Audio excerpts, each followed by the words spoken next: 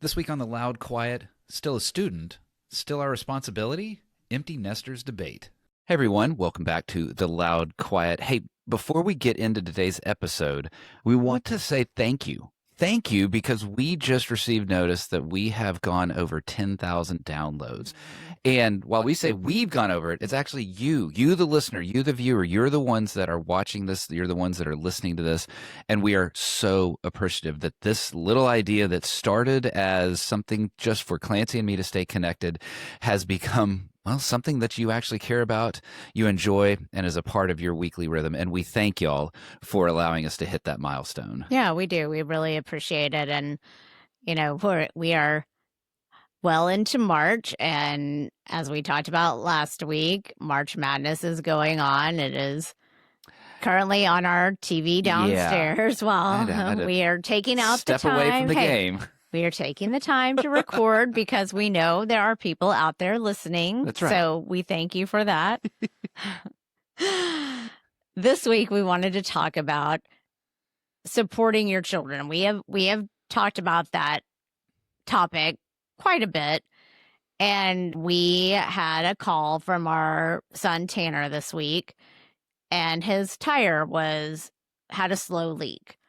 So, we guided him. He's like, I've never done this before. I'm not sure, what do I do? And so we said, take it there's a Firestone right by his place. Take it there. Just have them check it out. Maybe plug it and then you're done. Yeah. So he takes it and he's like, okay, well, it's got a bubble in it. They say it needs to be replaced. Unfortunately, there are a couple of us in this family that like tires. Now, some tires are more expensive than others. So when he got the price, I think he had a little bit of sticker shock because this child has never bought tires before. Right. And while it is a nice car, it's not a luxury car. No. It's just a sport. It's just the sport. Because, yes. It makes the tires a little more expensive. Yes. So with that comes the sport tires. So those of y'all that know me know I'm driving a 2001 Chevy Silverado, so I have no sport tires. So I'm not the one we're talking about here with the sport tires. I have a history of having tire fetish? Is that the word you're looking for? No, it's not a fetish. It's just attraction. I like interest. Yes. I like big tires, and you cannot lie. They're not even big. No. Well, your wheels were on this. The rims are big. Yeah. Okay. Anyways, we're not talking about me here, okay? So this brought about a little bit of discussion between us. So we wanted to see if that resonated with any of y'all and stay tuned to see did we buy the tire? Did we buy the tire? What did we decide and how did we get to that decision? And let's start with this by saying we were not asked to buy the tire. There was no request that was made. So this is really yours and my internal discussion. Not that we even thought of it that way, but of supporting your adult kids. Yes. And I think we brought some assumptions into this. Because my knee-jerk reaction was, well, that sucks. And it does suck. Yeah. But it sucks. Good luck. Yeah. That's what savings is for. Yeah. And not that you were being ugly about it. You were definitely helping him. You were like, hey, look, we love Discount Tire. Let me look it up. Let me find, hey, it's a little bit cheaper there. They've got appointments because, he and his girlfriend were about to leave for spring break. Because that's when bad things always happen, is right before a trip, right? They are still in school. They are in grad school, but they are still in school. And so I'm sitting over there quietly because we do work in the same office. And he was just texting me, which was... Yeah. This was singular. No. Well, he started that way, but then it was on the group. So historically, when Tanner wants to purchase something, now this is definitely shifted. It doesn't happen. Not now. Not as much anymore. Not hardly at all anymore. He would always text me because he would know that I would say, yes, just buy it. Now, with our money, hang on. You're not guiding him just to buy it. You're saying when he wanted us to pay for something. Yes. So I'm sitting there thinking, well, we're going to buy the tire. I'm just sitting there waiting for you to say, hey, we'll get it, or hey, we'll split it, or something to Right. that effect. And I'm just sitting there waiting for you to say it. And I'm like, he's really not saying anything. And again, you just went on the merry way and you're like, yeah, dude, just try to get it taken care of before spring break. And I'm sitting there going, okay, that's different and new because, earlier for or for St. Patrick's Day, Tanner texted me.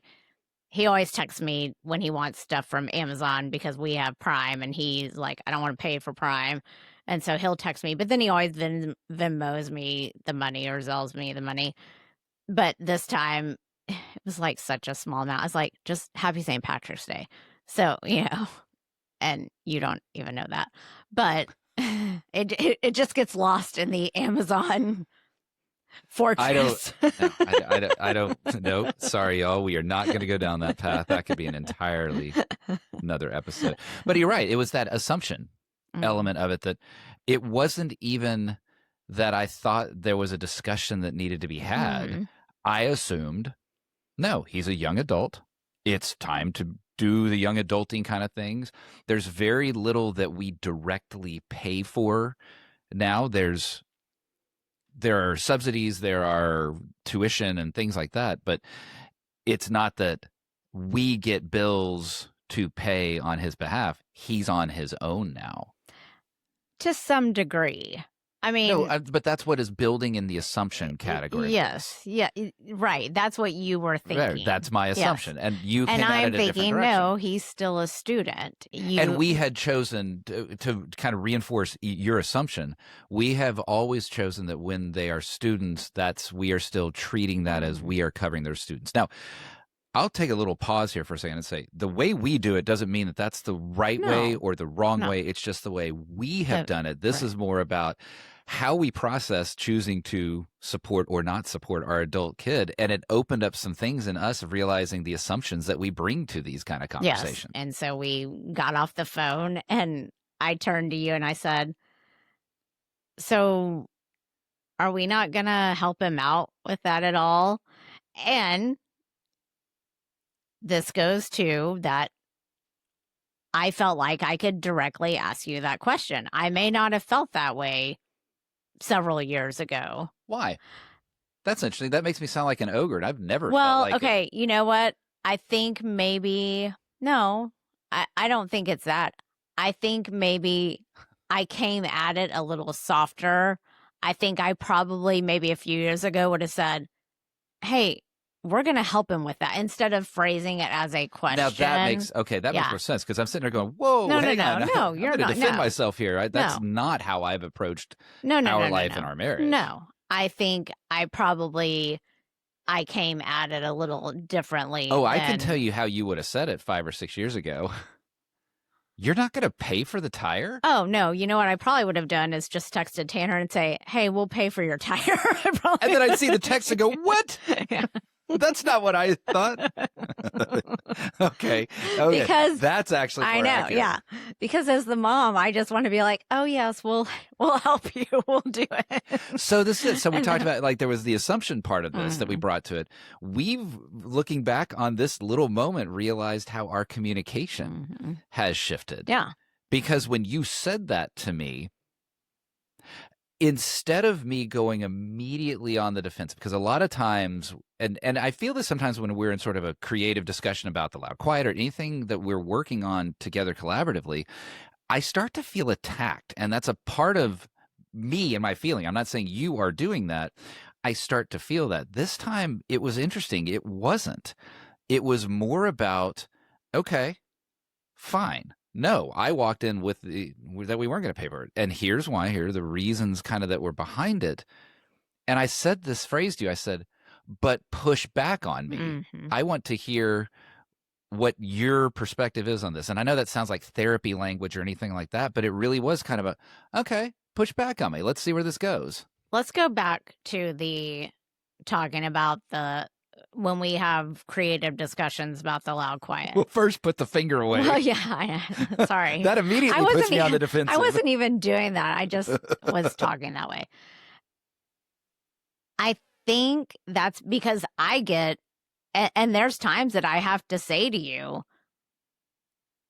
because sometimes your defensive tone, which didn't used to be, comes across as angry, or like it comes across as a tone that I'm not used to you having. Yeah, and I think it's anger, like I'm getting irritated, but not anger at you. Right. I hope that right. is. Yeah. I hope you're feeling that, because Yes. I'm just feeling agitated, but right. it's not. And I'm not just angry at you. And you have never shown that to me, but probably because we've never worked together. Yeah. And so I've had to find my voice and saying, okay, don't talk to me that way. And you've had to say it to me as well. But I think because we each have our own idea of whatever we're discussing, of where we want it to go. Oh, yeah, because And if the other person isn't on board with where we want it to go, then, yeah, I mean, it's, and we're talking about the loud quiet. This is our child that we're talking about. Now, granted, it's over, should we buy a tire or not? But it is interesting that you say that, because you have always, let's not use the word always. We know we're not supposed to say that, but historically in our relationship, on the spectrum between emotion and calm, you, in our discussions, are the more emotional. I am the less emotional one. But it's changed a little bit. I wouldn't say it's changed. Actually, what I'm doing is I actually am feeling myself kind of raising myself to your level of emotion. Oh, great. And I don't, I Okay. actually think that's good, because I think it actually allows us to kind of debate on an equal level. But here's the key to that. Even when I'm irritated with you, I still respect you and I still value your opinion. So even if I'm totally disagreeing with you, I still recognize the value that you're bringing into that debate. And so letting it get to that emotional scale, I know that it's not tipping over to some level where I just don't care squat about your opinion. But see, I feel like I've come down quite a bit. Really? Oh, okay. Here it comes. Seriously? I don't know how I would answer that, but come down a little bit, of course. Absolutely. Actually, all joking aside, of course. But you have not come into the, just pure Zen mode or anything. No, but I have not. Emotional. You have fire in you. Sure, but I have not gotten up and left the room like I used to before. No. Okay. So. That's a great example of that. I just mean there's still the vigor, there's still the energy, and there is still the, I'll say it again, the fire that's there. And I think it works for us in that business communication set. I don't know that it always works as well for us in the relationship communication set. And I think that's where we've found a different style. I really do think we discuss and debate differently in our business discussions than we do in our personal discussions. Yeah, and I know we're totally getting off topic, but we're opening the door into our relationship for you guys. So I feel like our relationship side, I don't feel like there's been as much controversy on that side, maybe because we get all our fights out? Yeah, but maybe because a lot of it gets taken up. We're just going to agree because we're fatigued in discussing and debating the business. Because we have to discuss so much. Yeah, could be. With the business side of things, that we're so happy when we aren't discussing those things, that we're just happy to be together. Maybe so. And I think that's an example of what we're talking about here, that the fire may be in the business, but in this case, it was like, push back on me. Tell me what you're thinking about the tire. And we just had a civil conversation. And the first thing I said was, okay, if Tegan called today and said, "Hey, Dad, my tire has a bubble in it and needs to be replaced," would you pay for it? It was a great question to ask Mm-hmm. because it hit on all the categories that some are subconscious, some are conscious, that were going on in my mind in the assumption that I had walking in of, no, of course we're not going to pay for it. And the answer to your question was yes, I bet we would have. And the reason We would have, not I bet. Yes. I think that's fine to say. I guess Yeah. whenever I'm talking a hypothetical, I'll just leave it kind of that way. And it was interesting to kind of process through the factors behind that. And one of them is undergrad versus graduate, right? There's something mentally, and I think it's because I didn't go to graduate school. So I've thought of myself as a student. I'm not in the quote real world until I graduated from my undergraduate experience. And so because that's when I became I'm in the real world, that has been this mental line in my mind of, all right, you are still under kind of the parental influence, support, and a deeper sense of influence and support when you're an undergrad. So that alone was factor number one. Mm-hmm. And before we go into any of the other factors that we explored, did that even cross your mind?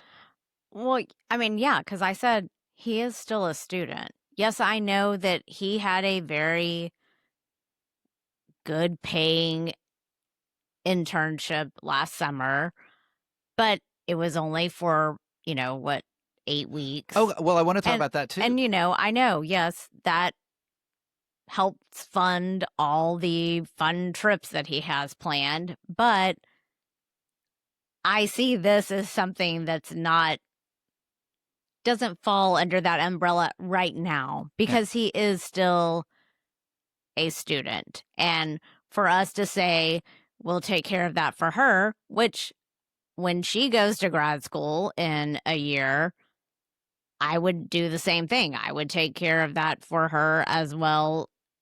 Well, she gets to be the beneficiary if we've already had this discussion now. So the second child automatically gets the category. Right, but you actually answered it. You brought in something that wasn't the exact question that I asked. I was asking about the difference between graduate and undergrad. And you talked about, you said the sentence. I didn't think he's still a student.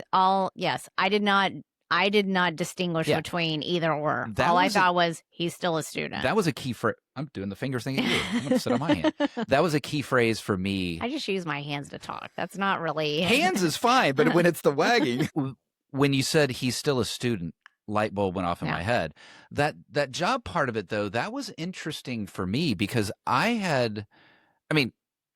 in a just dollars amount, he made more in that summer than I did in my annual salary when I came out of college at that same age. I realize inflation changes what I just said, but numerically, it's like, nah, he made plenty of money. That money is there for these kind of things. The job part of it was a factor in my mind as to, no, this is why he is responsible for this because he has these sorts of employment opportunities that he did not have access to at that degree as an undergrad. Mm-hmm. Yeah, and I get that. In my head, Tanner has always been our child that will ask for lots of things. Go ahead. Tegan has never asked for anything. Tanner has. Now, again, like I said, that has really stopped. I mean, that has stopped. Yeah.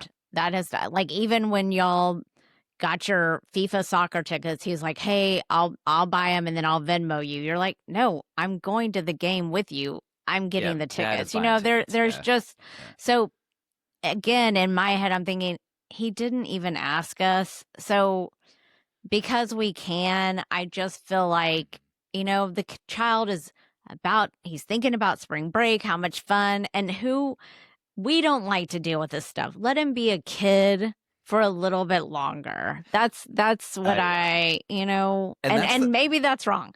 Do y'all think that's wrong? Maybe I'm setting him up for failure. I don't know, but let him be a kid just a little bit longer. Well, and that's what we process there because talk about the assumptions coming in. That is one that I am and you are too in most categories, how are they becoming more responsible for themselves? Right? We have very little involvement in his day-to-day decisions, life, or anything. Actually, no involvement there. Mm-hmm. Sometimes some awareness when he tells us stories, but he's living his independent life. So that's there. This was an example for me of, okay, look, bad stuff happens and you need to take care of it.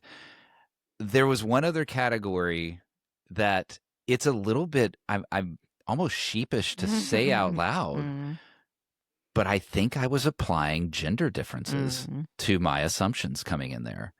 That had everything in this story been reversed, but it was our son that was the undergrad and it was our daughter that was in graduate school, I can't know this for sure, but I wonder if my knee-jerk reaction, my assumption would have been, well, we're paying for it.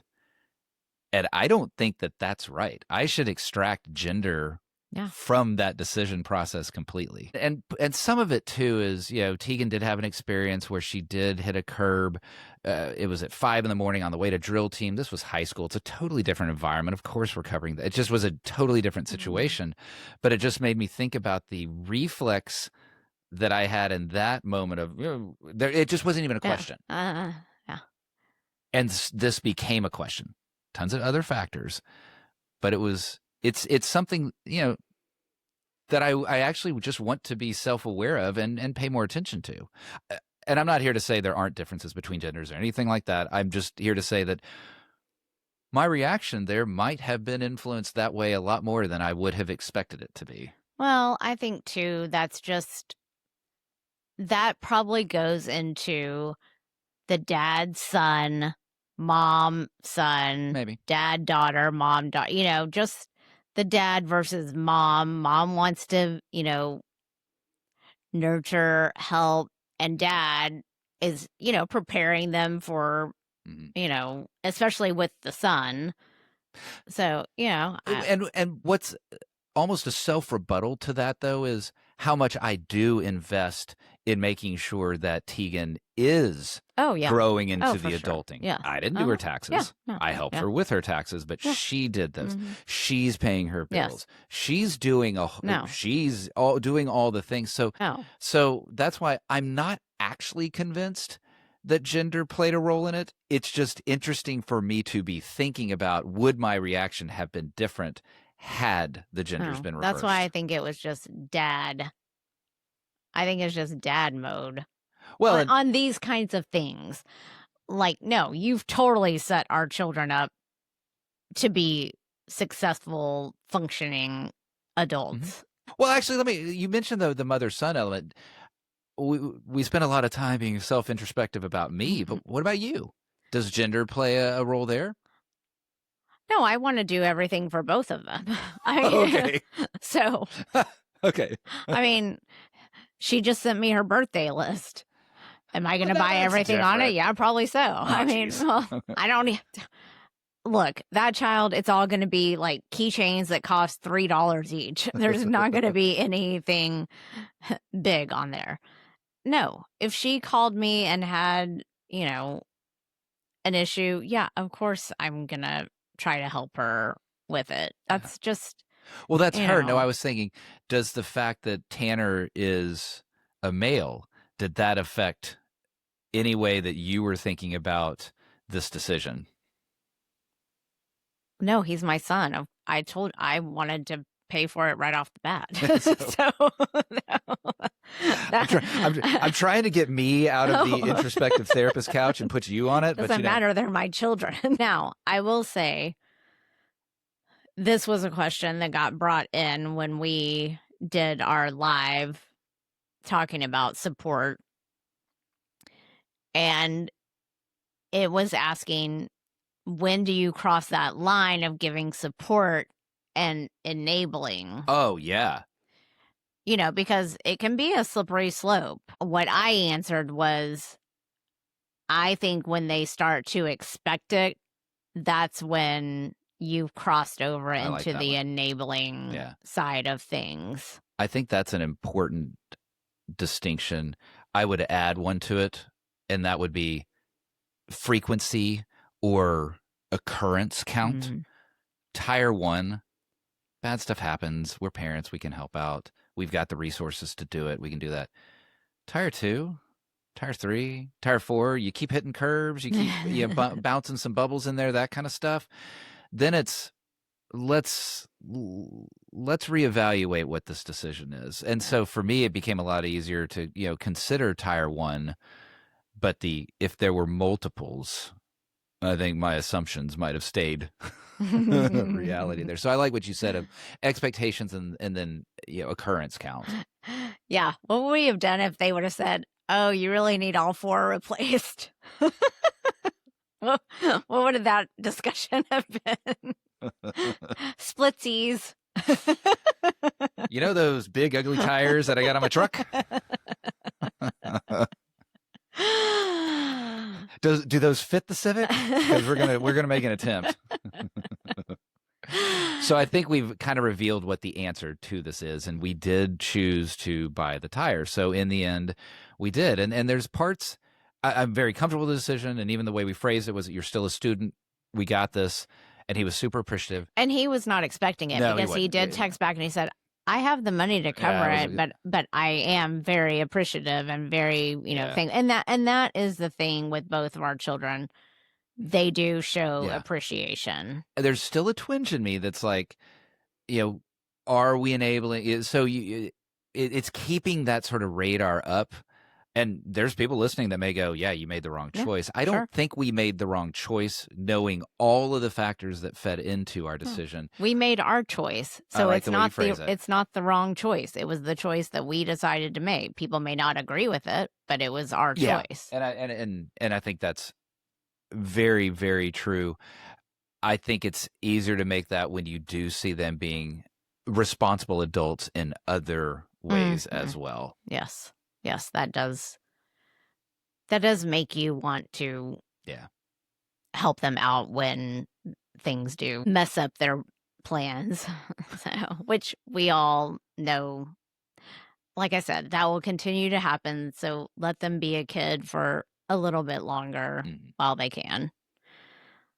So yes, so I'm sure y'all have all had things that you've helped your kiddos out with, or maybe you've chosen to tell them, "I can't help you out this time." Maybe you just can't, and that's valid reason too. Oh yeah. So we hope y'all enjoyed this episode, and check us out at theloudquiet.com, and also check out our book on Amazon, The Loud Quiet. And thanks for joining us on another episode of The Loud Quiet.